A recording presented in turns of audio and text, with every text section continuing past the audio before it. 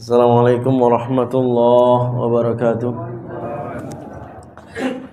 Innal hamdalillah nahmaduhu wa nasta'inuhu wa nastaghfiruhu wa nastahdihi wa natubu ilaih.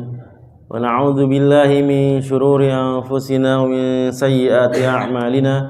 May yahdihillahu fala mudilla lahu wa may yudlil fala hadiya lahu. Asyhadu an la ilaha illallah wahdahu la syarika lah. Wa asyhadu anna Muhammadan abduhu wa rasuluh wa nabiyyuhu wa safiyyuh wa khaliluhu wa habibuh ballaghar risalah wa addal amanah wa nasaha lil ummah wa jahada fi sabilillahi hatta atahul yaqin. Allahumma salli wa sallim wa barik wa azim ala nabiyyina al-karim nabiyyina Muhammadin wa ala alihi al-athhar wa ashabihi al-akhyar wa atba'ihi al-abrar ya rabbal alamin. Amma ba'd.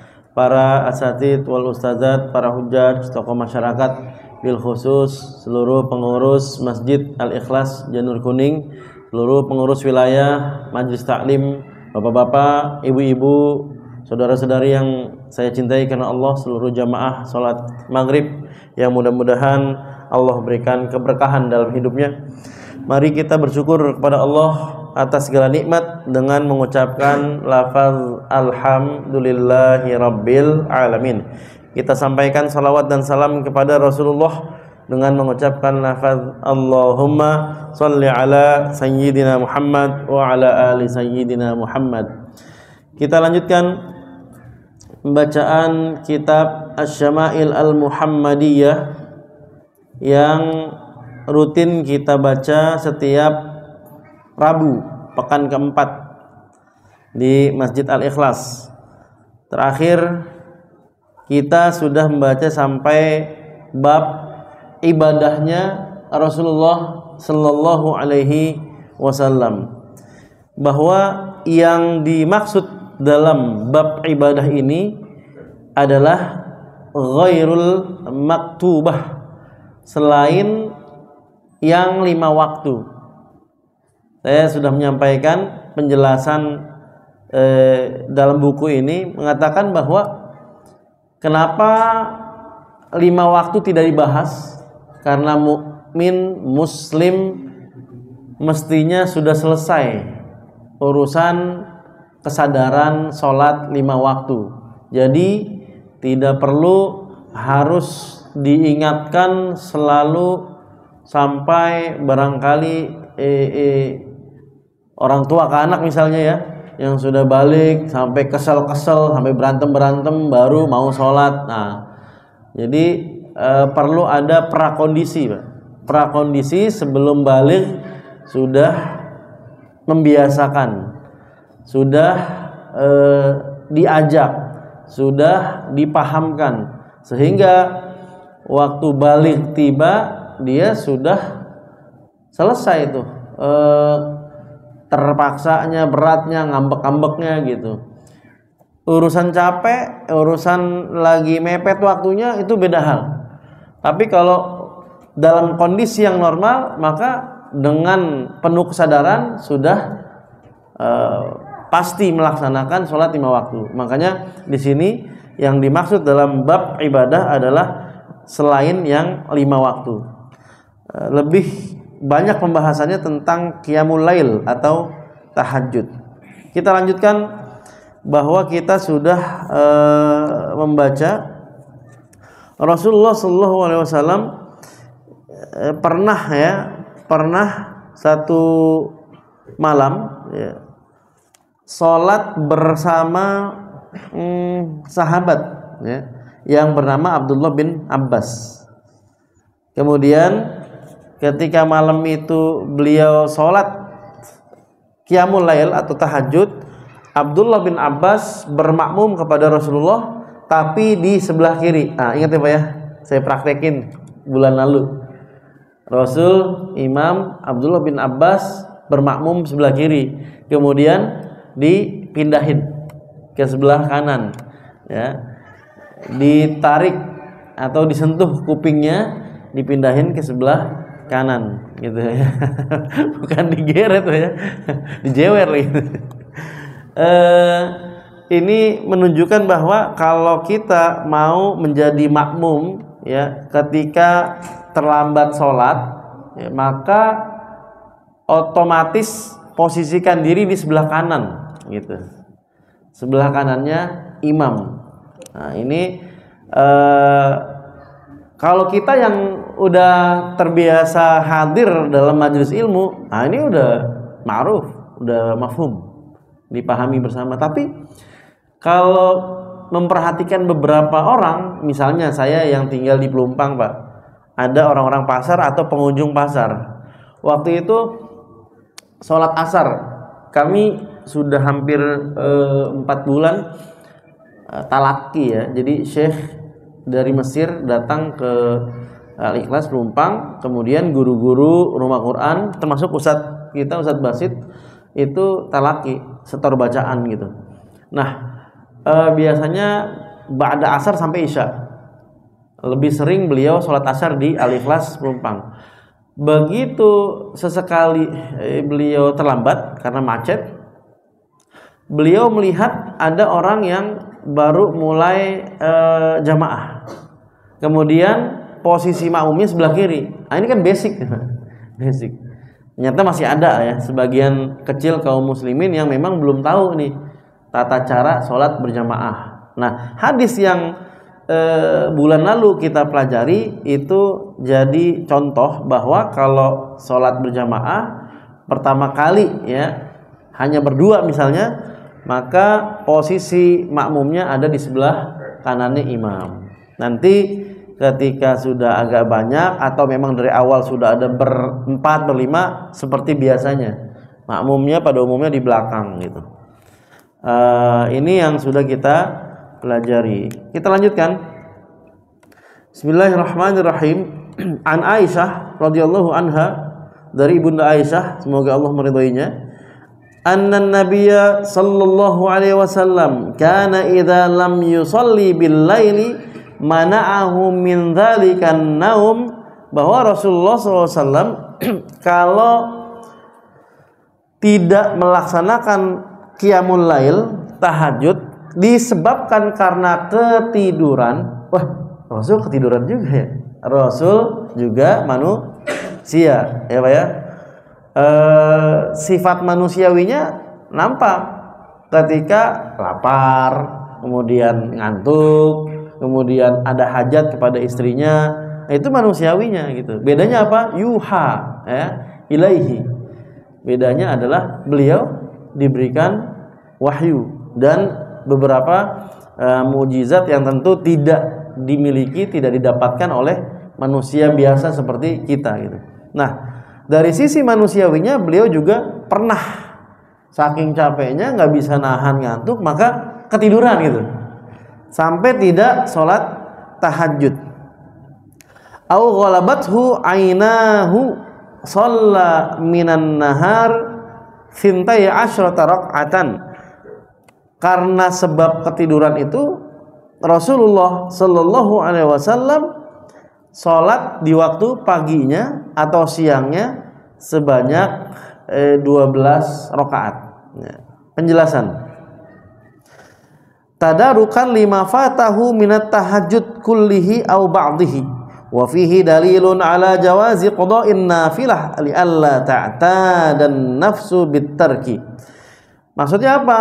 Kenapa Rasulullah kemudian sholat lagi di waktu pagi ataupun siang harinya? Agar mengganti sholat tahajud yang sudah istiqomah dilaksanakan. Nah, ini dalil boleh mengqadha sholat sunnah, dalam hal ini tahajud. Kenapa? Agar tidak terbiasa meninggalkan, nggak gampang ninggalin gitu. Karena kalau udah istiqomah itu kan biasanya kalau ketinggalan atau terlupa itu ada perasaan bersalah tuh. Bukan dosa sih, enggak, namanya sunnah Pak. Nah, kemudian kalau ada anggapan, wah berarti kalau nggak digantiin dosa, ini salah juga. Nah, akan tetapi demi menjaga istiqomah, kemudian tidak menggampang-gampangkan ninggalin ya. Karena banyak orang yang cuma sunnah ninggalin, cuma sunnah udah deh nggak prioritas, cuma sunnah udah tidur aja lah, capek banget malam ini. Jadinya terbiasa gitu. nyepelein. Nah, Rasul ini memberikan contoh kepada kita bahwa saat beliau ketiduran tahajud, beliau ganti di waktu paginya atau waktu duha, ya, 12 rakaat. Nah, apakah mesti sempurna biasa melaksanakan 12 rakaat kemudian diganti 12 juga? Boleh seluruhnya, boleh sebagiannya, ya. Seperti itu. Jadi begini mujahadahnya Rasulullah SAW dalam sholat sunnah, Pak. Nah, kan otomatis ya, pemahaman yang lebih prioritasnya adalah apalagi sholat apalagi sholat fardu. Ada teman waktu itu nanya, kenapa sih kok yang disebutin dapat pahala atau nilainya melebihi dunia, bumi dan seisinya gitu ya, yaitu sholat 2 rakaat sebelum subuh. Kenapa gitu? Kenapa nggak sholat subuhnya? Ya sama pemahamannya. Kalau sholat sunnah qobliyah sebelum subuh aja pahalanya sebegitunya, ya, apalagi sholat subuhnya gitu. Ya. Emangnya boleh ya sebesar itu pahalanya? Terserah Allah. Mau Rasul kemudian menjanjikan lebih baik dari dunia dan seisinya, mau dunia dan akhirat seisinya, nantinya berpulang kepada fa'alun lima yurid. Allah yang memberikan kita pahala, terserah Allah mau dikasih pahala seberapa, pokoknya kita tawakal. Yang jelas ada janji Rasulullah di situ, kita laksanakan seperti itu. Nah, ini hadis tentang mengganti sholat tahajud. Kemudian an Abi Hurairah radhiyallahu anhu anin Nabi sallallahu alaihi wasallam qala, dari Abu Hurairah, sahabat yang nomaden, ya, nggak punya tempat tinggal, ya, termasuk yang du'afa, ahlu suffah beliau. Nama aslinya Abdurrahman bin Sakhr ad-Dausi. Abdurrahman bin Sakhr ad-Dausi, periwayat hadis paling banyak di antara para sahabat. Nah, orang-orang Syiah, orang-orang orientalis itu menyerang kepribadian Abu Hurairah, kemudian riwayat-riwayat Abu Hurairah untuk apa? Membunuh karakter Abu Hurairah. Kenapa, Pak? Kalau muslimin hilang trustnya kepada Abu Hurairah, maka sebagian besar hadis akan diingkari karena udah nggak percaya sama periwayatnya gitu. Kalau sama periwayatnya aja udah nggak percaya, nggak respect, benci atau menganggap bahkan cacat, bagaimana mungkin mempercaya hadisnya gitu. Nah, inilah akal-akalannya musuh-musuh Islam itu yang kemudian membunuh karakter Abu Hurairah agar kaum muslimin jauh dari hadis-hadis Rasulullah Sallallahu Alaihi Wasallam. Termasuk ini adalah upayanya ingkarus sunnah, ya. Ingkarus sunnah, menyerang Abu Hurairah pribadi dan riwayatnya agar kita semua jauh dari sebagian besar hadis Rasulullah yang diriwayatkan oleh Abu Hurairah. Karena Abu Hurairah ini memang periwayat hadis terbanyak di antara para sahabatnya. Padahal kelebihannya banyak sekali, di antaranya dapat doanya Rasulullah SAW. Didoain hafal nggak lupa-lupa. Lah ini kan keren banget. Kalau kita kan ngafal susah, lupa cepet. Nah gitu. Di dunia tahfiz tuh gitu. Ada santri yang ngafalnya cepet, lupanya cepet juga. Ada santri yang ngafalnya cepet, lupanya lama. Wah, ini mumtaz nih. Ada santri yang ngafalnya lama, dia dapat hafalannya sampai mungkin lama, butuh ulang lagi. Tapi begitu hafal, maka hafalannya kuat juga, bertahan lama. Ada yang tipe selanjutnya, ngafalnya lama, dapatnya lama, begitu hafal, lupanya cepet. Nah, gitu. Mungkin saya yang terakhir itu. Nah, Abu Hurairah itu didoain sama Rasulullah, ya, hafal dan tidak lupa-lupa. Nah, gitu. Makanya wajar ketika beliau meriwayatkan hadis paling banyak di antara para sahabat lainnya. Al-Muqsir bil ahadis. Dari Rasulullah SAW bersabda, "Idza qama ahadukum bil laili falyaftatih salatahu bi rak'ataini khafifataini." Jadi kalau di antara kita ada yang baru mulai katanya, Pak. Ini kan basic nih ya. Ini pengajian pembacaan kitab Syama'il Muhammadiyah itu basic, Pak. Nah, jadi sebelum kita jauh membahas ini dan itu yang rumit-rumit dalam pembahasan syariat Islam, fikih muamalah, fikih ibadah dan seterusnya, maka kenal Rasulnya dulu gitu, kira-kira gitu. Nah, ini kata Rasulullah, kalau ada di antara kita yang baru mulai belajar sholat tahajud, maka hendaknya ia memilih mulai sholatnya itu dengan 2 rakaat yang ringan-ringan aja, gitu. Kalau sebelumnya barangkali kita mengetahui Rasul sholatnya panjang gitu kan, sampai ada beberapa sahabat yang punya keinginan buruk. Apa itu? Pas Rasul lagi baca surat gak berhenti-berhenti, ada yang mau ninggalin Rasul. Aduh, saya duduk aja dah, gak sanggup gitu. Saya keluar dari sholat dah, panjangan gitu kan, saking panjangnya sholat Rasulullah. Tapi dalam kesempatan lain Rasulullah itu menganjurkan hal yang berbeda gitu. Kalau ada yang baru mulai, baru belajar, jangan yang panjang-panjang, pilih yang pendek-pendek. Nah, hikmahnya allati yuridu ayyusalliha ba'da naumi al-musammat bit tahajjud, ya. Wal hikmah fihi, hikmahnya tahwinul amri 'ala nafsi ibtidaan. Hikmahnya di sini meringankan bagi newbie, bagi pemula gitu. Li husulin nasyat, biar semangat dulu, Pak. Biar semangat dulu, biar dapat enaknya, nyamannya, ya kan? Dapat gurihnya dulu gitu kan.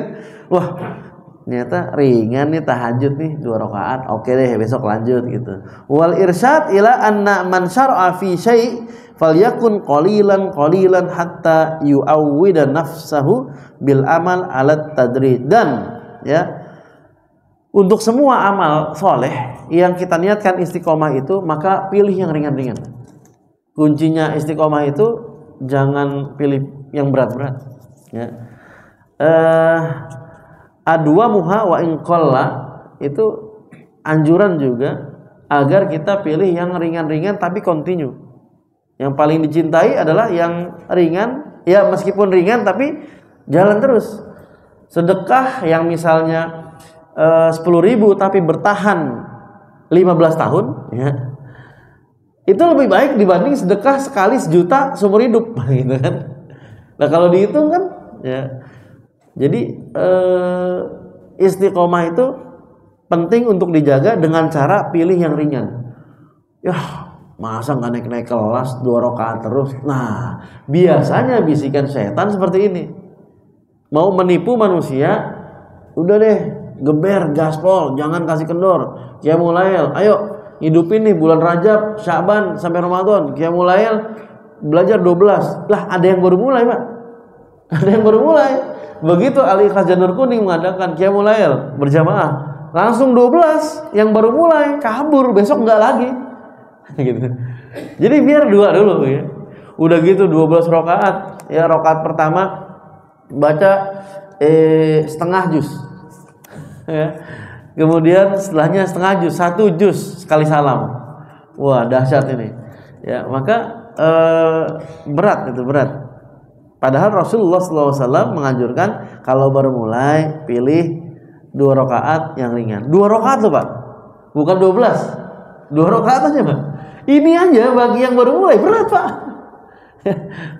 Bagi newbie nih, itu nggak mungkin kan baru bangun langsung tahajud.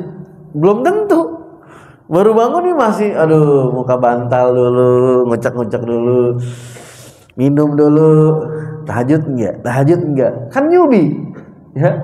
Kalau bapak-bapak, ibu-ibu yang udah biasa enak, udah biasa udah enggak ada lagi ngalamin berat-beratnya, tapi yang baru mulai Pak, baru tobat ya, 5 waktu baru terjaga setahun terakhir ya, tahajud belum mulai, baru mau belajar, wih itu berat Pak, bangunnya aja berat kan gitu ya. Jangankan yang versi pertengahan malam, 12:30, jam 1 lah, sepertiga paling akhir aja berat ya kan. Subuh jam 4:30, mau tahajud jam 4, itu aja berat Pak. Aduh sayang banget nih jam 4 bangun, besok kerja lah, mepetin aja lah bangunnya jam 4:30 kurang 5 ya, bangun gak lama azan, wudu, udah habis itu tidur lagi kan gitu ya. Jadi Masya Allah nih, Rasul diutus rahmatan lil alamin. Di antara bentuk rahmatnya Rasulullah adalah menganjurkan 2 rakaat yang ringan gitu. Nah termasuk kayak apa nih, ada perisai misalnya remaja, kalau pola tarbiyahnya langsung yang kencang-kencang, langsung digeber yang sulit-sulit, biasanya cepat mental kan begitu. Kasih dulu yang ringan, ngumumin, wah ngumumin ringan, bismillah ngumumin, kasih jadwal terus. Lama-lama public speakingnya udah bagus kan, setidaknya megang mic nggak gemeteran lah ya kan, nggak gitu kan. Oke, udah biasa. Naik lagi pelan-pelan, tadinya di bawah mimbar, terus di atas mimbar gitu kan. Itu beda rasa tuh. Beda rasa tuh. Bagi yang jarang tampil beda rasa tuh. Kemudian apalagi ngerekamin. Nah itu pelan-pelan, yang disuka dulu, namanya pancingan untuk syabab ya, pemuda-pemuda, nggak mudah gitu. Nah kalau baru mulai langsung ayo semua anggota perisai tahajud, berat ya. Cari dulu yang ringan-ringan, yang asik-asik, yang cocok untuk anak muda, baru naik pelan-pelan. Nah seperti itu. Baca Quran juga sama Pak, one day one juz, bagus nggak? Bagus kalau udah terbiasa. Tapi kalau belum terbiasa, ya kan? One day one apa tuh? One page. One day one page. Bagus nggak? Bagus Pak. Untuk newbie itu juga lumayan, dapat 1 halaman kan gitu. Iya juga. Dipikir-pikir saya aja kadang bolong. Nah kan gitu Pak. Jangankan newbie, kita aja yang udah ngaji kadang-kadang bolong kan begitu Pak. Jadi jangan meremehkan ibadah yang ringan. Rasul itu menganjurkan rakaatain khafifatain, itu betul-betul ya Allah rahmatnya Rasulullah yang ditunjukkan dengan ringanin aja dulu, ringanin. Nanti pelan-pelan udah nikmat, tambah dikit-dikit, tambah dikit-dikit. Galang dana buat Gaza, buat Palestina, yuk 1 juta. Tapi sekali doang, padahal nih perangnya udah 100 hari lebih. Saya udah waktu hari keberapa tuh perang, seminggu ya udah ngasih 1 juta. Sekali-sekalinya orang 1 juta sekali doang, padahal 100 hari lebih ini masih terus digempur diapain. Nah coba kita, Pak, yuk Pak, bismillah Pak. Ini lagi perang Taufan Al-Aqsa terus berlangsung nih. Udah 100 berapa? 10 hari kali. Nah, kita niatin nih Pak, sehari 5.000. Dari 5.000 dikali bahwa Bapak ada 50 orang, dapat setiap hari sekian. Tapi continue setiap hari 5.000, 10.000. Karena dukungan kita nggak cukup sekali Pak, ya. Digempurnya udah sampai, masya Allah nih. Ada nazihin, ada lajiin. Kalau di istilah apa ya? Negara yang sedang diserang, dijajah, zolimi itu ya. Ada nazihin itu mereka yang keluar dari tempat tinggalnya tapi masih dalam satu kawasan di dalam Gaza gitu. Namanya nazihin kalau dalam bahasa Arab. Tapi kalau dia sudah keluar distrik atau keluar wilayah baru lajiin, pengungsi. Tapi kita bahasa Indonesia terbatas Pak, semuanya disebut pengungsi. Ini karena bahasa Arab ini kaya ya, bahasa Quran ya, jadi masing-masing punya nama. Kalau kita di dunia kerelawanan, kemanusiaan, kita nyebut dulu mau kirim bantuan buat yang mana, nazihin. Oh nazihin itu yang masih di dalam koja misalnya gitu. Kalau udah keluar koja namanya laji itu pengungsi.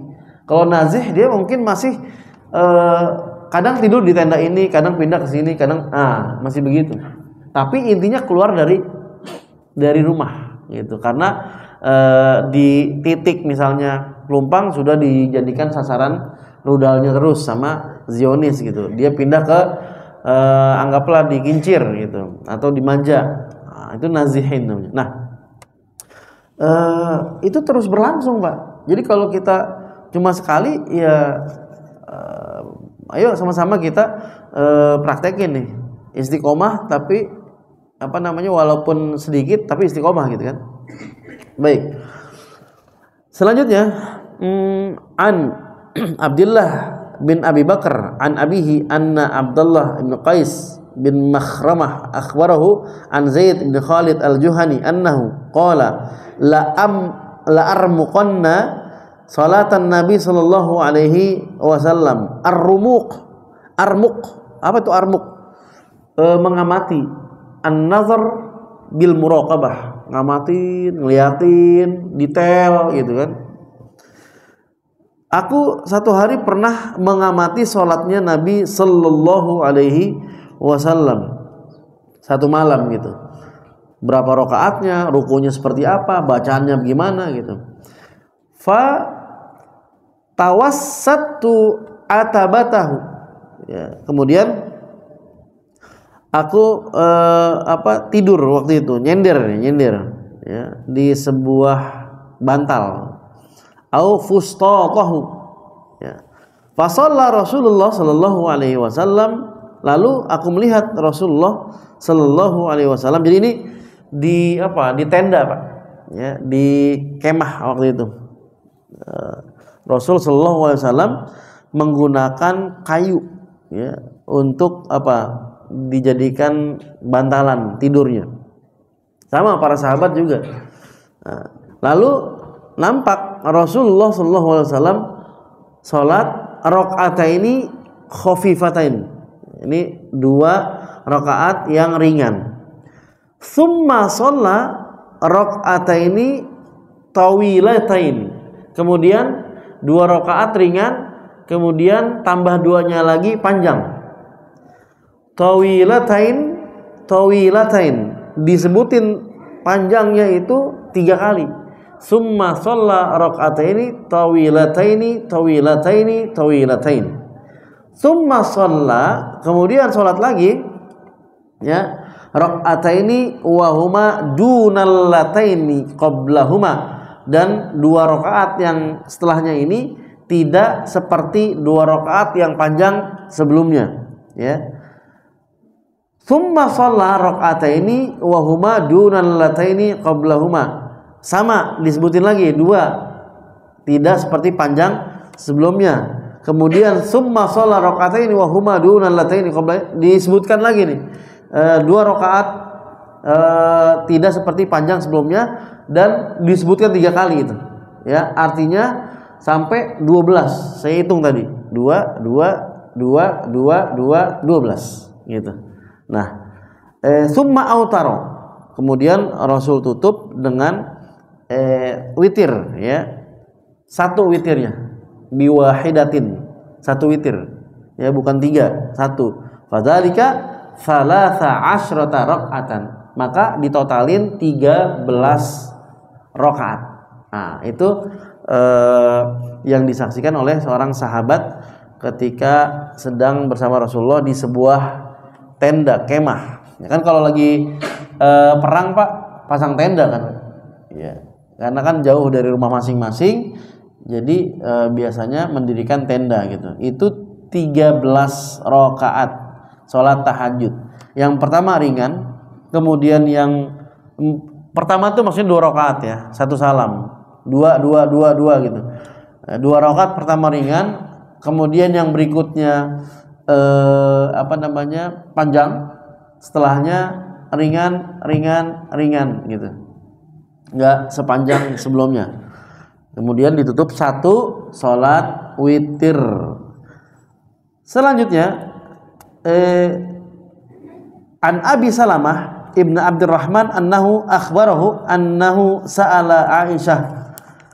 Dia bertanya kepada ibunda Aisyah, kaifa kanat salatu Rasulullah sallallahu alaihi wasallam fi Ramadan. Nah, ini nanya nih, Ibunda Aisyah kayak kita Pak nanya ke Bu Nyai tentang sholatnya Pak Kiai gitu.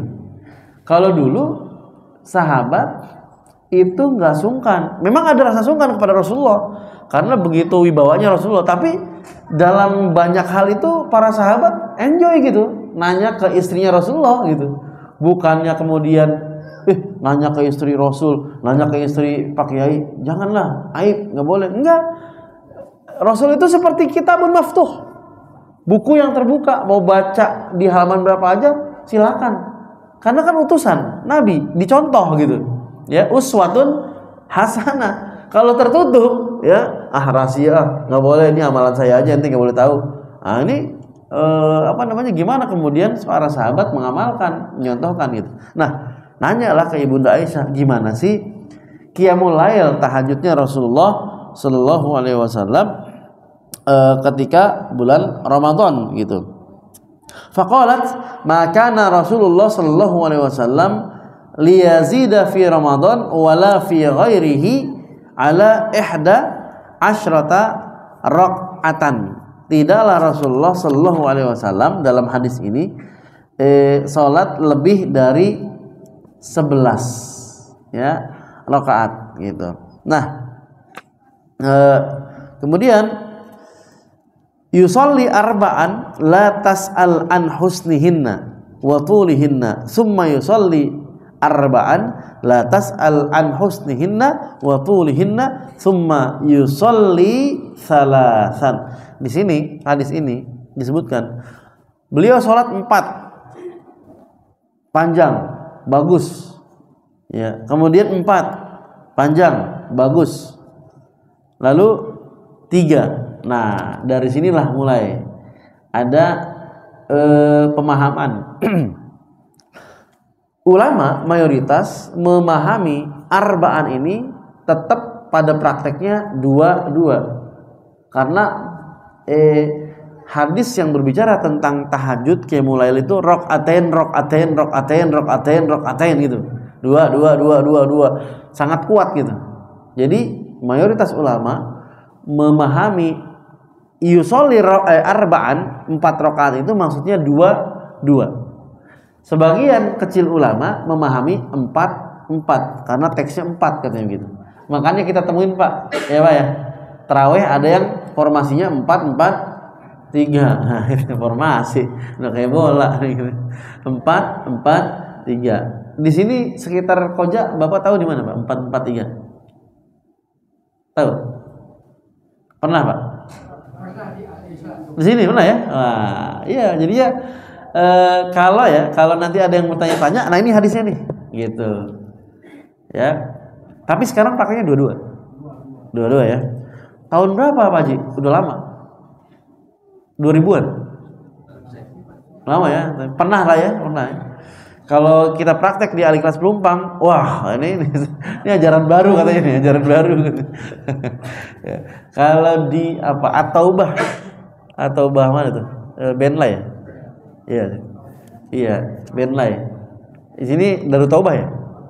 Di sini Ataubah Benlai nih, Bendungan Melayu 443 gitu. Jadi saya pernah juga di Duren Sawit waktu itu nemenin Imam Palestina 443 juga. Nah, sebagian ulama mayoritas ulama memang memahaminya 2 gitu. Bukan 4-4-3. Makanya bagi para imam-imam yang seumur hidupnya prakteknya 2 itu langsung protes keras ke kita. Ardi, ini kok 4? Apaan nih sholat? Nah, gitu kan. Dia bilang, Syekh, tugas antum ngejelasin tentang Palestina. Debat fikihnya nanti aja belakangan, kita pulang dulu. gitu itu. Ya, udah kita fokus dulu nih ya ngejelasin Palestina, nanti debat fikihnya. Tapi saya imam katanya. Saya ngimamin nih. Masa saya ngimamin yang gak sesuai dengan keyakinan saya? Wah, ini berat juga saya bilang. Ini menarik karena kan kita beda penerapan fikihnya ya, mazhabnya segala macam. Kadang-kadang kalau lagi nemenin Imam Palestina tuh suka nemu yang seperti itu. Ya kita Syafi'i, dia Hambali gitu kan. Ya, saya bilang lentur-lentur aja sih. Akhirnya kita antisipasi tahun-tahun berikutnya itu ada daurah Pak. Daurah imam dulu. kultur Indonesia seperti apa, kemudian biasa diterapin fikihnya bagaimana, kemudian anak-anak kecil kalau salim gimana responnya. Di Arab jarang Pak salim-salim Pak, ya mana ada salim gini ke syekh, ke guru, jarang, ya kecuali anak orang tua, oke, umum. Tapi kalau kita ke dosen Al Azhar itu jarang-jarang kita salim ke dosen, assalamualaikum, nggak salim gitu. Kultur itu kultur gitu. Nah kalau di kita nggak bisa. Anak-anak kecil ngerebut tangan gitu, Syekh. Nanti antum direbutin tangannya sama anak-anak kecil, salim. Ya jangan dong katanya. Saya nggak pernah ngelakuin itu. Ya ini kulturnya di Indonesia. Kalau antum tolak kecewa anak kecilnya, sedih. Sangkain sombong. Jadi gimana? Akhirnya alhamdulillah ada Syekh salah satunya yang memang udah doktor, bukan dokter waktu itu lagi S3. Perbandingan mazhab dijelasin sama beliau, wah asik, alhamdulillah gitu kan. Jadi penting ada adaptasi sebetulnya, penerapan mazhab seperti apa, kulturnya seperti apa. Jadi kita nggak berbenturan gitu. Mau dakwahnya tentang Palestina, benturan fikih kan nggak lucu nih. Jadi kontraproduktif gitu kan. Baik, kita lanjutkan. Kemudian qalat Aisyah, ibunda Aisyah melanjutkan, qultu ya Rasulullah, wahai Rasulullah, atanamu qabla an tutira, apakah engkau tidur sebelum melaksanakan tahajud ini, lanjut sampai witir? Faqala ya Aisyah, inna ainayya tanamani wala tanamu qalbi. Ya, wahai Aisyah, sesungguhnya orang mungkin melihat kedua mataku terpejam seperti tidur, tapi sungguh hatiku tidak pernah tertidur, selalu terjaga. Makanya ada riwayat yang mengatakan atau kesaksian para sahabat, Rasul setelah bangun langsung sholat, nggak pakai wudhu lagi, gitu. Karena ini yang disampaikan oleh Rasulullah Sallallahu Alaihi Wasallam, salah satu kelebihan Nabi dibanding kita. Kalau kita Pak, ya, ini kajian nih, ada yang merem, Pak, ayo Pak bangun Pak. Sesungguhnya kedua mataku terpejam, tapi hatiku tidak. Mana Pak, orang yang ngorok gitu kan? Enggak, bukan Nabi. Kalau Nabi iya oke, gitu kan. Tapi kita enggak, gitu. Wal mana? Anni innama fa'altu dzalika li anni la akhsha fautal watr. Wa hadza min khasa'isil anbiya alaihimus salatu wassalam li hayati qulubihim wa istighraqi syuhudi jamalil haqqi al mutlaq. Nah, ini khusus buat para nabi aja. Jadi ada memang beberapa hal katanya manusiawi juga sama kayak kita. Iya, ada beberapa yang beda. Enggak mungkin sama full gitu. Yang satu nabi, satu kita umatnya, enggak mungkin sama semuanya. Di antaranya adalah hatinya tuh selalu on terus. Nabi itu hatinya selalu standby terus, meskipun mungkin matanya nampak terpejam tapi enggak hatinya. Makanya ini bentuk dari kekhususan para nabi, sebagaimana Rasulullah menikahi istri-istri lebih dari 4, itu juga khusus Rasulullah. Jadi jangan ada bapak-bapak yang ambil dalil Rasul aja lebih dari 4, besok-besok dapat kabar nih undangan dari salah satu bapak nikah yang ke-6 semuanya masih ada, nggak dicerai gitu, nggak boleh itu.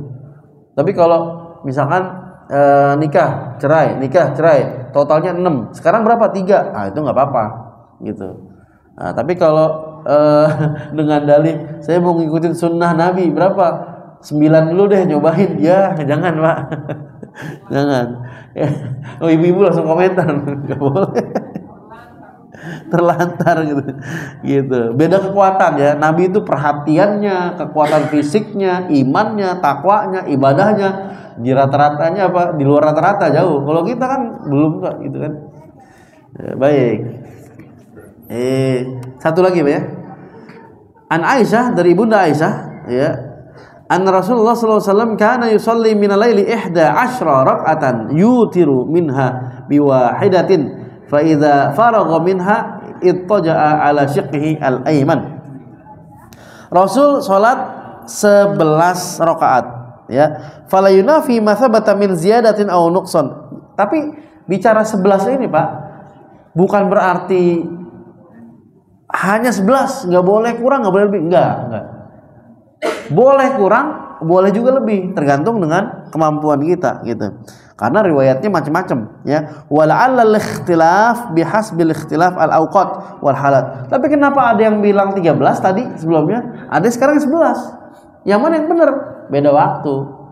Dulu pernah 13, sekarang kelihatan 11. Beda waktu doang gitu.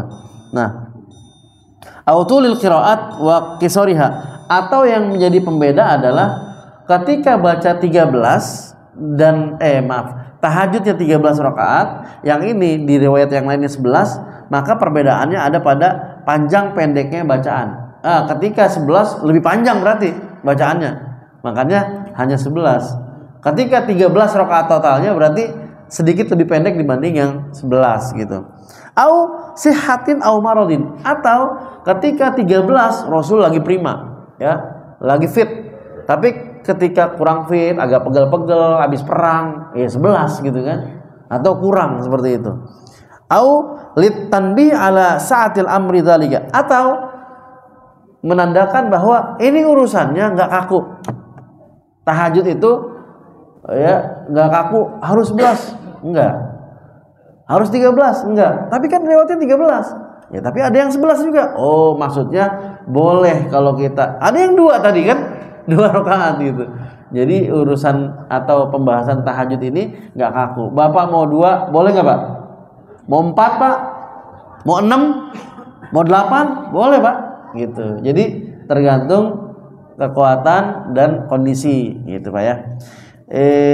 Di sini 11 rakaat, witirnya 1. Berarti tahajudnya berapa Pak? 10. Sebelumnya berapa? 12. Sebelumnya lagi 8 ya kan? Witirnya 3 ya kan? Jadi ada 8, ada 10, ada 12 gitu. Ya, kemudian ketika tahajudnya selesai, Rasul rebahan sedikit, tapi cara rebahan Rasulullah saya sudah praktekin waktu itu Pak ya. Yang tidurnya seperti ini nih. Ya, tangannya dinaikin begini kayak kita biasa gini. Supaya kalau ada azan ataupun suara sedikit langsung gampang terbangun dan gampang seger. Tapi kalau kepalanya udah bersandar ke spring bed, ya itu bablas ya, sampai jam 6:30. Kalau ini insya Allah kalau Bilal azan Allahu Akbar, Allahu Akbar, langsung, karena cuma alasnya begini. Ya, wallahu a'lam bishawab. Ada yang mau menambahkan atau bertanya? Cukup ya? Ya, baik. Nanti kalau ada ngobrol-ngobrol bisa ba'da Isya ataupun di lain waktu. Ini udah masuk Isya, alhamdulillah. Semoga bermanfaat, pelan-pelan menambah motivasi agar kita mulai atau latihan salat tahajud. Wallahu taala a'lam bishawab. Kita tutup dengan surat Al-Asr dan kafaratul majlis. Bismillahirrahmanirrahim. Wal 'asr innal insana lafi khusr illal ladzina amanu wa 'amilus solihati wa tawasaw bil haqqi wa tawasaw bis sabr. Subhanakallahumma wa bihamdika asyhadu an la ilaha illa anta astaghfiruka wa atubu ilaik. Assalamualaikum warahmatullahi wabarakatuh.